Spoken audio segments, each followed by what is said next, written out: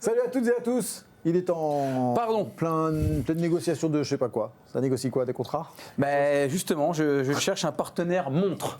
Si Richard Mille m'écoute ou UAE, je suis dispo pour porter une Richard Mille. Pas cher. Je plaisante. Il est en forme, ça tombe bien, on a encore plein de choses à voir ensemble, plein d'équipes à vous présenter.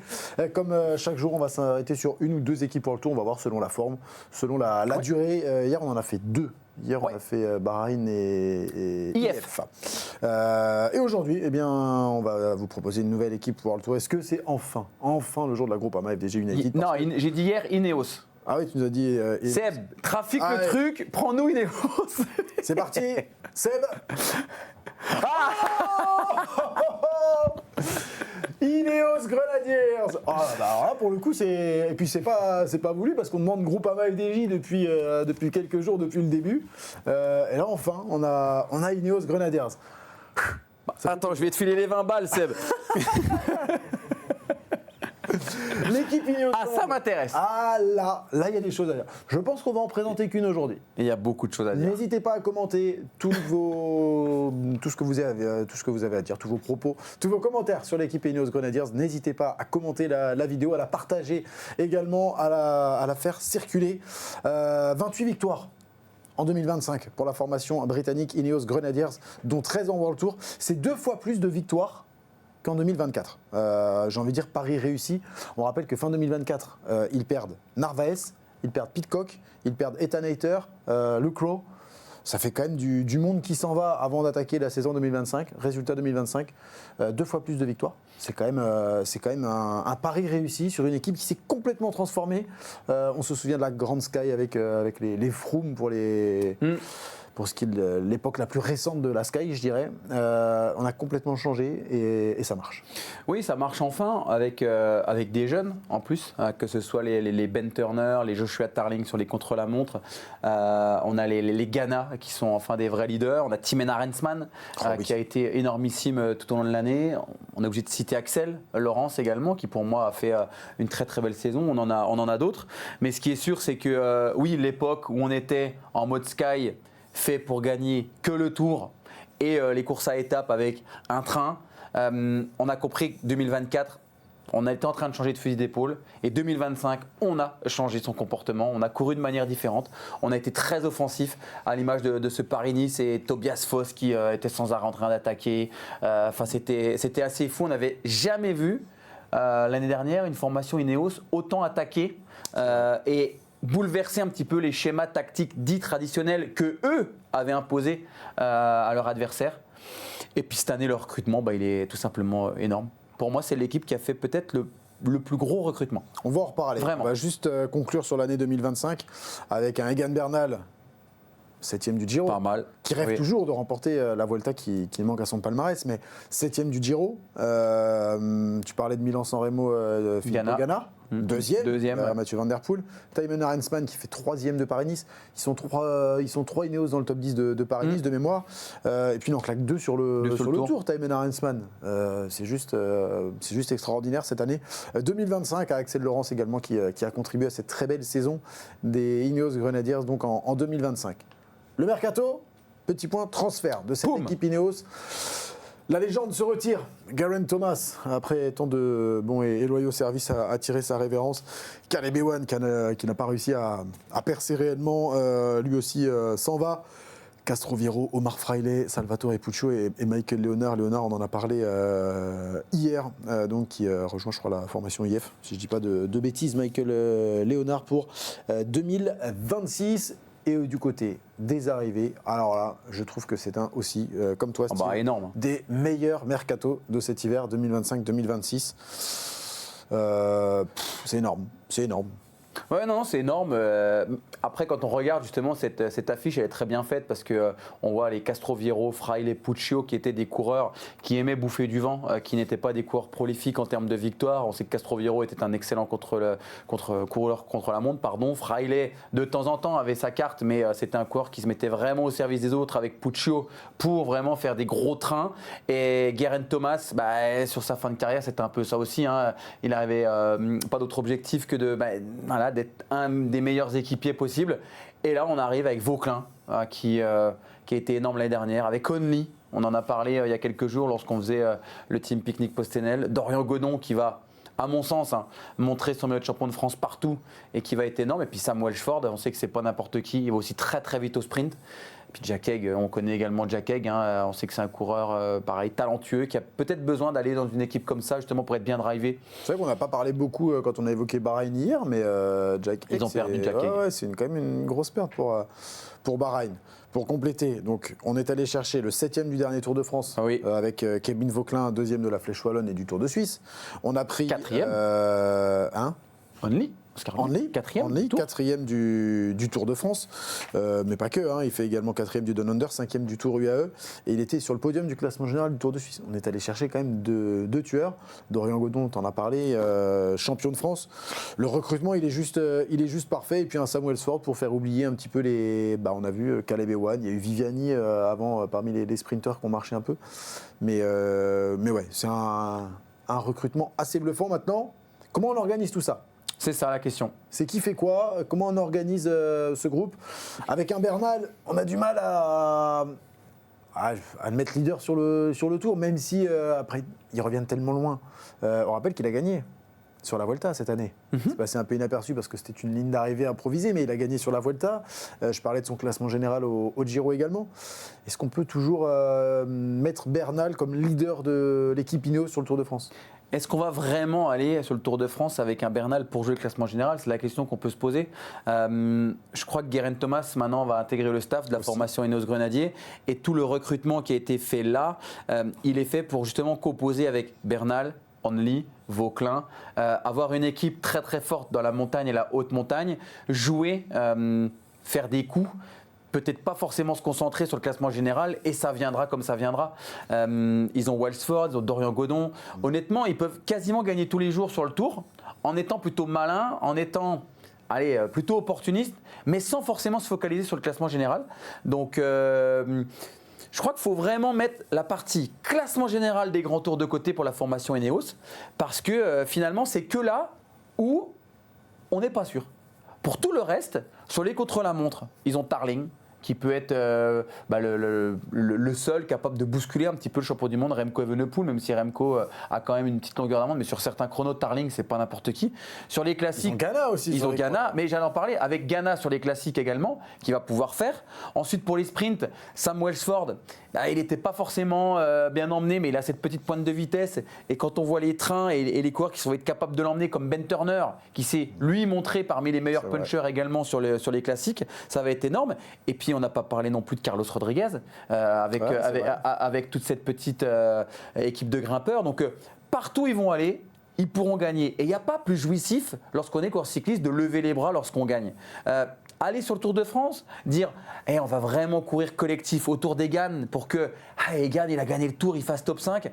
Est-ce que c'est vraiment les enjeux ? Est-ce que ça en vaut la chandelle ? Et surtout, est-ce que le sponsor, on rappelle c'est Ineos Grenadier, mais il y a Total qui vient d'arriver aussi, est-ce que c'est intéressant ? Je ne le crois pas.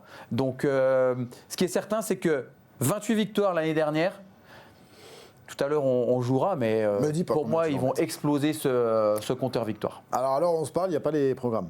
Donc non. On ne sait pas qui va faire quoi. Moi, je retiens quand même que Bernal, il termine la saison 4e du Tour d'Émilie, 9e du Piémont et 8e du Tour de Lombardie. Je serais quand même pas étonné qu'on ait encore un Bernal qui fasse une prépa autour du Tour ou un truc de dingue en 2026. On lui souhaite, tu l'as avec dit. un Vingegaard qui aura fait le Giro avant. Je sais pas. Non, mais tu l'as dit. Je sais pas si tu as lu les déclarations d'Oscar Only. Oscar Only, il sait ce qu'il est capable de faire, il l'a montré sur le Tour l'année dernière. Il vise le podium du Tour de France dans les 2 ans. Donc voilà, cette année, on va aller apprendre, on va continuer à polir le diamant, comme on dit. Mais ça peut être pas mal. Non, mais ce qui est certain, c'est qu'on a bien finalisé les contrats avec Only, avec Vauquelin, avec Godon. Je crois qu'on a compris que c'était 3 coureurs qui étaient dans leurs équipes, qu'il fallait peut-être un petit coup de boost.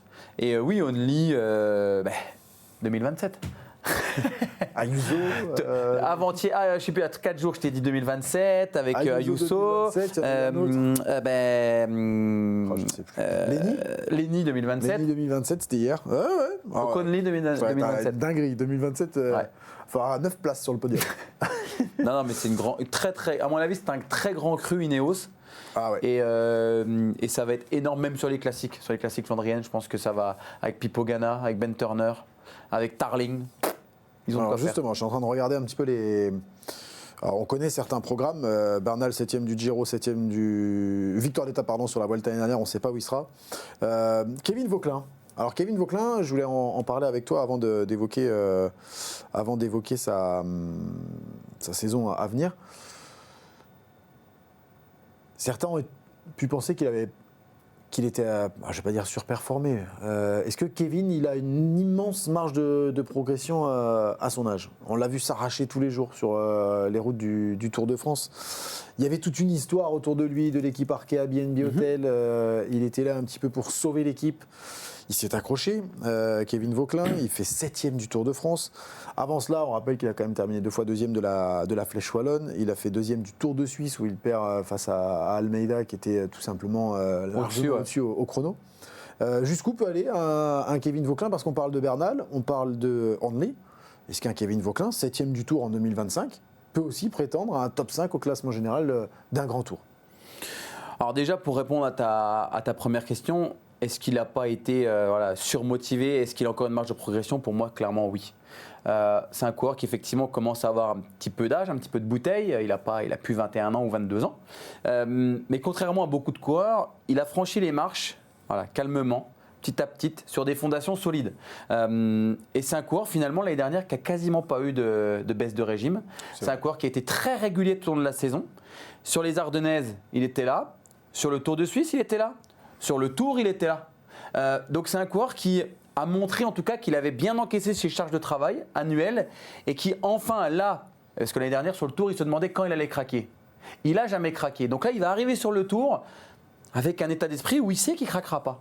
Donc il va peut-être tenter des choses, être encore plus serein, essayer de s'accrocher un petit peu plus longtemps au risque d'exploser peut-être 1 ou 2 jours après. Mais je ne serais pas surpris de voir un Kevin Vauquelin progresser encore petit à petit sur les grands tours. Mais là où moi je l'attends, c'est sur les Ardennaises. 2 fois 2e de la Flèche. Il a ce punch, il a cette résistance lactique, comme on dit, pour aller faire de grandes choses. Donc avant de dire c'est un Français chez Ineos, va sur le Tour, je pense qu'il y a déjà une belle période de classique à faire pour lui. Mais attends, hier tu nous as pas dit que Benelli gagnait la Flèche ? Oui, c'était là, mais j'avais oublié Vauquelin. Non mais moi aussi j'ai dû dire des... Ça en dit des conneries aussi. On en dit aussi des conneries, ça arrive. Mais oui. Mais Kevin, en tout cas, voilà, quand on voit, c'est vrai, sa saison l'année dernière, elle a été constante. On espère évidemment la même chose. Cette année, on continue avec les Français. Axel Laurens, pour continuer de progresser, on rappelle, il a été 8e de Liège. Top 10 de la doyenne en 2025. Il fait 3 top 10 sur les routes du Tour. Lui aussi, on a envie de le voir évoluer dans son domaine. Tu as envie de le voir briller où en 2026, Axel Laurens ? Partout où il est capable. Catalogne. Voilà, c'est un vrai puncher qui a une grosse capacité de résistance. Il va très vite au sprint. Non, Axel, je pense qu'il lui faut juste une victoire World Tour pour bien le débloquer. Et puis c'est vrai que le Tour l'année dernière, il a été énorme. Il n'a pas loupé beaucoup d'échappées qui ont été au bout. Il sait courir. C'était aussi, on rappelle, sa première année au sein de cette formation parce qu'il était parti d'Alpecin et on se demandait comment ça allait prendre la mayonnaise avec sa nouvelle écurie. Donc pour moi, les 3 Français là-bas, Godon, Vauquelin, Laurens, ces 3 coureurs qui devraient en tout cas passer encore un cap cette année et nous surprendre, oui et non, parce qu'on sait que c'est des coureurs très talentueux et on attend juste d'eux qu'ils aillent gagner un petit cran au-dessus de ce qu'ils ont déjà gagné. On rappelle, il a déjà gagné en Catalogne en 2024 en World Tour, Axel Laurens, mais il n'y a pas de victoire, effectivement, tu l'as dit, en 2025 pour Axel Laurens, qui a toujours été placé. Il lui a manqué son petit truc, ce petit truc en plus. Moi, c'est Dorian Godon. La moustache de Dorian Godon, ce maillot bleu-blanc-rouge que j'attends avec impatience au sein de l'équipe Ineos. Parce que ce qu'il a montré, et j'ai encore l'arrivée des herbiers sur le championnat de France en tête, cette espèce de de puissance monstrueuse de Dorian Godon. J'aurais pas aimé être ses pédales ce jour-là. Ce qu'il a mis pour aller gagner ce titre, c'était impressionnant. Lui, on peut attendre quoi de Dorian Godon? Parce que c'est pareil, sur quel terrain? On a l'impression qu'ils ont tous un peu le même registre finalement. Oui, c'est vrai. Ouais, ils sont un peu sur les mêmes registres. Mais tu le mets sur quelle course? Mais peut-être un petit peu moins punchy que Axel et Kevin. Voilà, quand ça va dépasser les 2005-3000 mètres, je pense que Dorian il passe, mais ça sera plus compliqué. Moi, je me rappelle évidemment de ce sprint du championnat de France, comme tu l'as dit, mais je me souviens aussi de ce Tour de Vendée où il a écrasé effectivement dans ce long faux plat montant. Il a gagné au Tour de Romandie, là où c'est pareil, hein, c'est assez compliqué. Les petits boss, je le commentais. Et c'est souvent gagné une dent au-dessus. Donc, est-ce qu'on va lui donner encore plus l'opportunité de s'exprimer? Parce que Dorian, voilà, moi je pense que c'est un coureur qui était quand même pas mal sous-coté. On n'avait peut-être pas pris conscience du niveau qu'il a. Et effectivement, avec sa moustache, avec son côté très détaché du vélo, et par moments un petit peu là. Ah oui, c'est vrai, Dorian Godon, très discret. Ça reste un gros moteur et un coureur prolifique. Il gagne et il sait gagner. Ouais, il y a vraiment une hype autour de tous ces transferts. Mais Dorian, non, mais c'est pour moi, c'est l'une des plus grosses erreurs de Decathlon, c'est d'avoir laissé partir Dorian Godon. Très honnêtement. Après, voilà, il y a des choix qui ont été faits. On ne peut pas jouer sur peut-être le même registre qu'un Paul Lapera, qui est un petit peu plus léger, mais qui va aussi très vite au sprint, comme Dorian, l'ancien champion de France. Mais Dorian, moi, mais 1000 fois, je le signe. 1000 fois. Et je le garde. Parce que c'est un coureur en plus, même quand ce n'est pas sa carte, n'hésite pas à se mettre au service des leaders. Et il le fait bien. Il le fait très très bien. Donc finalement, hors montagne, on aura des profils comme Vauquelin, comme Axel Laurence, comme Dorian Godon, pour parler des Français. Mais tu as parlé tout à l'heure des Turner, des Tarling. Ah oui. Donc déjà, sur tous les terrains. Des Kwiatkowski, même des Jack Egg, il y en a plein, des Tobias Foss. C'est tous des mecs qui passent bien là-bas. Mais qui sont des attaquants et qui, justement, nous font plaisir à regarder et à commenter. Franchement, Loulou, la Sky il y a 6 ans ou il y a 7 ans, c'était, entre guillemets, pas marrant et pas beau à voir, même si voilà, chacun sa technique, ça, il n'y a aucun souci. Ouais, c'était chiant. Oui.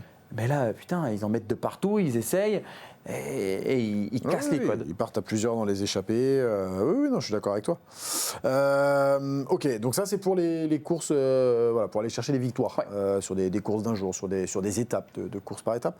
Pour les classements généraux, donc, je dois avoir ton avis sur Thymen Arensman. Thymen Arensman, il s'est passé plein de choses. Il y a eu il y a eu des bons classements généraux par le passé. Enfin, il a fait les classements généraux, Thymen Arensman. Et puis, il y a eu des histoires autour de lui. Il y avait trop de pression. Il a eu du mal parfois à gérer ça. Résultat, Thymen Arensman, il a 10 grands tours disputés.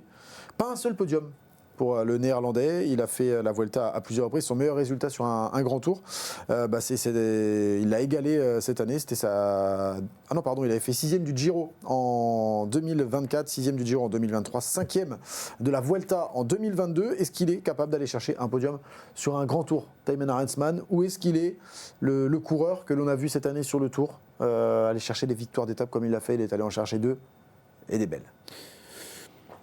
Alors, ce qu'il a envie, hein, mais je pense que vous demandez à l'ensemble des coureurs du peloton, il y en a toujours un ou deux qui vous diront ah non, levez les bras, ça me fait pas grand chose. Moi, j'adore me foutre à bloc dans l'école et faire 8e d'un classement général.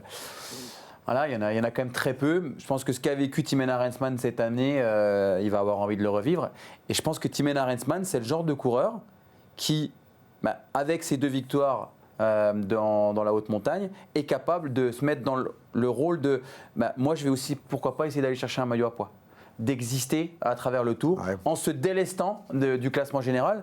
On rappelle Thymen Arensman, moi sa trajectoire je la connais, c'est que c'est un ancien cyclocrossman aussi qui a arrêté, il était en équipe des Pays-Bas et puis on a tout de suite dit et ça va être un mec qui va faire les classements généraux. Il l'a fait pendant 2-3 ans, il est arrivé chez Ineos et là chez Ineos, tac, changement de stratégie 2024, on l'a dit, donc on court de manière différente, si on est devant, on s'accroche quand même, mais te prends pas la tête. Pour moi, l'année de Thymen Arensman, c'est sa meilleure année. Et pourtant, il n'est pas là à s'accrocher comme un rat mort pour faire 8e. Tu fais bien le rat mort. D'ailleurs, elle inspire la saison de Thymen Arensman. Qui est-ce qui nous en a parlé de Thymen Arensman? Thomas? Non. La présentation de la Groupama FDJ United il y a quelques jours, c'est David Godu, je crois, qui disait, ouais, c'est ça. Il disait qu'il visait on en reparlera quand on aura enfin la Groupama FDJ United. C'est demain. On en parlera, mais effectivement, il disait voilà, il y a cet objectif de faire top 10 sur le tour. Et puis, si ça marche pas, il faudra aller chercher les étapes. Il n'y a pas beaucoup d'opportunités sur un grand tour. En revanche, il dit, quand tu vois ce que fait Thymen Arensman sur l'étape de la Plagne, ça donne envie. Et comme quoi, quand il y a des opportunités, et c'est là où un coureur qui est décroché au général, mais qui est un excellent grimpeur, doit être capable de rebondir, doit trouver la motivation pour aller faire quelque chose. Il en claque comme ça 2 très très belles en montagne, Arensman, sur les routes du Tour. Oui, puis si tu es un grimpeur, et qu'en plus ton équipe te suit malgré tout, alors que tu es décroché au classement général, c'est surtout ça qui est important. Lorsque vous êtes un grimpeur, depuis le début, on est là, de toute façon, tu vas faire top 10 d'un grand tour, etc. Continue à t'accrocher, Mais à l'inverse, un coureur qui est comme ça, on dit, mais qu'est-ce que tu t'en fous du classement général? Tranquille, perds encore 30 minutes. Tu joues que les victoires d'étape. T'es décomplexé, t'es bien, t'es serein, t'as pas cette pression sans arrêt de t'accrocher. Et oui, je suis complètement d'accord avec ce qu'a dit David Godu. D'ailleurs, il y a plein d'interviews, il y a plein de choses à retrouver sur eurosport.fr. Avant le retour de la saison, un entretien avec David Godu qui a été réalisé sur eurosport.fr. N'hésitez pas. Voilà, il y a plein de choses. Ouais. Vous allez sur Eurosport, vous cliquez sur le cyclisme et vous avez toutes sortes de choses. Il y a plein de choses. Il n'y a pas que le cyclisme. Je vous rappelle les Jeux d'hiver qui démarrent sur Eurosport, l'Open d'Australie. Et évidemment, c'est du tennis. Bref, plein de choses à vivre. On termine avec Filippo Ganna quand même. Ah oui, Ganna. L'année de Filippo Ganna. Il est monstrueux. C'est un garçon qui a quand même terminé deuxième de San Remo, troisième de l'E3 Saxo Classique, huitième du Ronde et vainqueur d'étape sur la Vuelta. Pippo Ganna quoi. Pippo Ganna. Très très bon, très surpris de l'avoir réussi à suivre Pogacar et Van Der Poel dès le pied de la Cipressa. Il peut gagner San Remo en 2026 ? Oui, quand on fait deuxième, oui, en plus il a une belle petite pointe de vitesse. Oui, il peut gagner San Remo en 2026. S'il y a bien une classique qui est très ouverte, on le sait, c'est San Remo. Maintenant, rappelez-vous, quand il était chez Colpac, il voulait gagner Roubaix. Il est arrivé sur Roubaix un petit peu fatigué, donc peut-être qu'il va décaler un peu sa préparation pour être meilleur à Roubaix et plus saignant. Mais non, mais Pippo Ganna, la classe. La classe. Alors, autant j'ai pas les programmes de tout le monde, autant. Pippo, tu la connais. Ganna. C'est ton pote. Pippo, il m'a appelé. Il a dit quoi, Pippo? Il a dit Algarve. Il a dit San Remo. Pas la Tirreno? No, pas la Tirreno. Ah, si, Roubaix, Giro, Tour. Ah ouais, gros programme. Un gros programme. Non, mais c'est bien. Moi, je suis évidemment fan de Pippo Ganna parce que c'est pas un coureur que de contre-la-montre. Mais à l'image de Tarling, les deux là, il faut qu'ils se sortent de ce truc de chrono, comme Ganna fait. Tarling, c'est exactement pour moi, c'est le même profil. Ils sont sur les pavés, ils peuvent être énormes. On est d'accord. Tiens, juste comme ça, on l'avait fait, je ne sais plus pour quelle équipe, pour Decathlon, CMA, CGM. Est-ce que c'est l'équipe, tu la places où l'équipe dans la hiérarchie mondiale à l'issue de la saison? En dehors du petit jeu qu'on va faire juste après, tu la mets où dans la hiérarchie? Est-ce qu'elle va boxer dans la cour de Visma du AE? Non, quand même pas. Elle va boxer avec qui alors? Avec Decathlon et Lidl. Ok. Ouais. Donc tu la mets pour la 3e place? Ouais, pour la 3e place, 3, 4, 5, ouais. Ouais, gros. Et puis on rappelle quand même aussi, c'est une équipe qui a un budget. Ça va, ils ont quand même un bon budget quand même. Ils sont bien. Ouais. Ils sont pas comme Picnic ou en galère, ils sont pas dans la dèche. On sait pas combien ils ont signé tout ce petit monde. Non, ça va pas mal. Quand tu as signé Total. Puis ils ont sorti le billet pour aller chercher Only quand même. Ça se passe bien. Ouais, 6 millions, on le rappelle quand même. 6 millions pour aller chercher Oscar Only. Ça d'ailleurs, c'est un truc complètement dingue. Ouais, c'est fou. On est content de voir Only arriver chez Chine, mais je trouve ça complètement fou Non, ce qui est surtout fou, alors peut-être qu'on dévie du sujet, mais ce qui est fou, c'est qu'aujourd'hui, on peut acheter des contrats et pour le coup, si on est une équipe avec un fort potentiel financier, aller renflouer les caisses d'une équipe qui galère avec ses sponsors. Au départ, un contrat, on va jusqu'au bout de son contrat terminé. Il n'y a jamais eu, comme dans le foot, des trades, comme on peut échanger des coureurs, racheter un contrat, etc. Ça ne se faisait pas. C'est très récent. C'était une bonne nouvelle. Ou pas. De toute façon, comme je dis toujours, il faut attendre un petit peu avec le temps, voir comment ça se passe. On peut toujours avoir un avis comme ça défini, dire bah non, ça c'est de la merde, ça c'est bien, ça me va pas. C'est évident. Maintenant, lorsque vous appelez Picnic, vous êtes le manager, vous galérez pour trouver des millions d'euros et vous avez l'occasion avec une personne qui vous dit écoutez, moi je te rachète ton leader et je te file 6 millions. Parce que finalement, pour ces équipes-là, c'est peut-être intéressant. Après, ça laisse la porte ouverte pour le coup à ce que ceux qui sont les ultra puissants achètent les meilleurs coureurs et que toi, avec ton budget de 15-20 millions, tu sois un petit peu le sous-fifre et que tu joues avec rien. Ouais, je suis d'accord avec toi. Mais à la fois, si... j'en sais rien. C'est le jeu, ma propre. Si avait eu un an de plus de contrat et que Ineos avait filé un bifton pour récupérer Vauquelin, tu sais pas exactement. Tu sais pas ce qui aurait pu se passer. Donc après, oui, c'est sûr que c'est un nouveau modèle. C'est quelque chose de complètement nouveau qu'il va falloir appréhender, réguler. Mais ça, c'est aussi... C'est l'évolution aussi du cyclisme qui, de toute façon, va évoluer comme tous les autres sports ont évolué avant lui. Et aujourd'hui, quand on voit les montants astronomiques dépensés pour acheter des joueurs dans d'autres sports, au foot bien sûr, mais pas que. On se dit que le cyclisme va forcément à un moment donné y passer et c'est ce qui est en train de se passer. Mais tu sais, c'est les discussions que tous les managers ont avec l'UCI, avec les instances, avec les agents pour savoir comment le modèle économique peut peut-être se restructurer. Parce que là, c'est tout nouveau. On était sur un sport qui drainait de l'argent, certes, mais pas autant que maintenant. Les salaires aujourd'hui, ils sont pharaoniques. Moi, je me rappelle de Nasser Boigny, qui était le premier coureur français à signer au million d'euros chez Cofidis.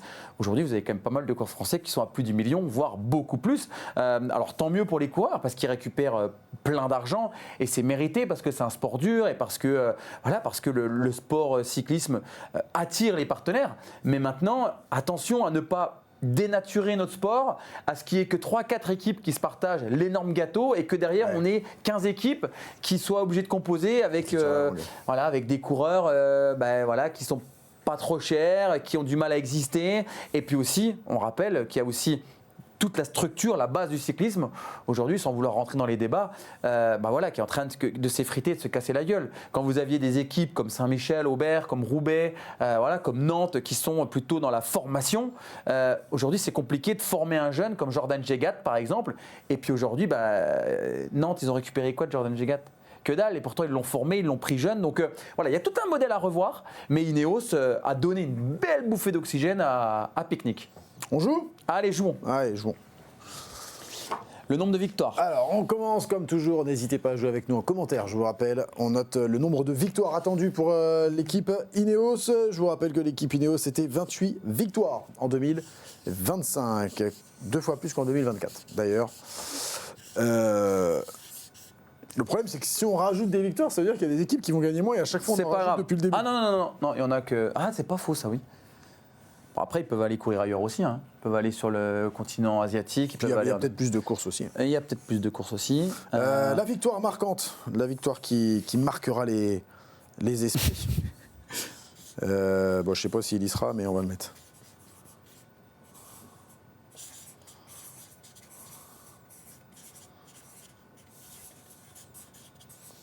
Par contre, et le coureur à suivre ? Ouais, et le coureur à suivre, la révélation. Je sais pas combien il nous reste d'équipes, mais le feutre, il va pas tenir Seb. En fait, il y a tout qui tombe. La tablette, elle a plus de batterie. Le feutre, il a plus d'encre. Et on a fait que quelques équipes, on n'a pas tout fait. Moi, je suis pas mal là. Attends, j'ai pas le coureur à suivre. Ah mais tu veux une petite start list ? Non, mais je galère à chaque fois. Ouais, attends, t'as une liste de départ là. Petite de départ. Petite liste de. Et lui, à mon avis. Oh purée. T'as pas pensé à l'Angelotti ? Lui, j'ai pas pensé. Coureur à suivre.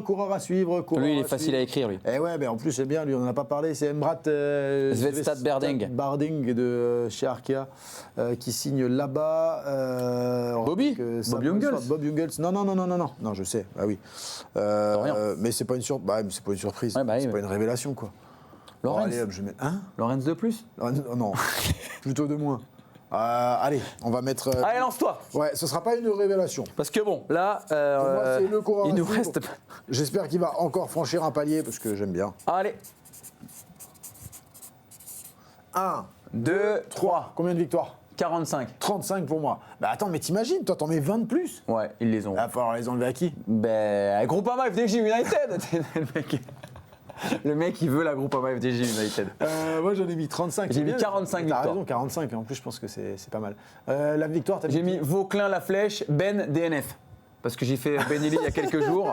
J'avais mis Benili la flèche, donc DNF. Apparemment, pour petite crevaison, c'est là, pardon, petite crevaison pour Benili, donc Vauclin gagne la flèche. Ok, moi j'ai mis Dorian Godon qui gagne une étape sur le tour. Ah ouais. Bon, après, il aura peut-être plus le maillot. Ah, on a le même. Il y aura eu le. Ah, t'as Le mis coureur- Magnus? Ben, bien sûr, Magnus oui, Sheffield. Magnus Sheffield, bah c'est pas une surprise. Non, mais C'est c'est pas toi, une c'est pas un révélation. coureur, c'est pas un coureur très connu. Ah si, quand Il a même. gagné à Paris, mais gros moulin. Il fait quoi? Il fait podium de Paris-Nice? Et il a gagné son étape, la dernière étape, je crois. Ouais. Et non, au général, je crois pas qu'il fasse podium. Ah, je croyais. Non, il fait. Et- Combien il fait de Paris-Nice? Et surtout, il vient de où? Ah, t'as raison, 4ème de Paris-Nice. Quelle formation il a, lui? C'est un quoi, lui? C'est C'est un Vosgien. un crossman, voilà. Donc Magnus Sheffield, Magnus, on compte sur toi cette année. Il gagne la dernière étape de Paris-Nice et il fait 4ème du général. Du général, effectivement. Et sur les classiques ouais, pas ouf. Rien de dingo. Non, mais par contre, sur les Pierre Paul a classiques, plus il est trop vu. costaud. Ouais. Et 5ème de la Crow Race pour terminer Aussi. la saison. Donc voilà, Magnus Sheffield, ce sera notre coureur à suivre au sein de cette équipe Ineos. On suivra évidemment l'ensemble de cette équipe et surtout l'ensemble de la saison ensemble sur Eurosport et sur HBO Max. Ah, c'était cool, Ineos. Ouais, bien. Ah bon, on savait que On attend la Groupama. on attend la Copa G United et à un moment donné, elle va se tomber dans le tirage au sort. Je sens que ça va être la veille de la Marseille. Oh non, je vais te cramer, je vais dire de la merde. Merci d'avoir suivi cette nouvelle présentation. N'hésitez pas à réagir, à nous dire ce que vous en pensez en commentaire, à participer, à relayer, à partager la vidéo sur vos réseaux sociaux et où vous voulez. Rendez-vous demain pour une nouvelle. Pour Groupama FDJ, Ah, apparemment. on ne sait pas. Peut-être les 3 comptes pro françaises. On ne sait pas. On verra. À demain. Salut.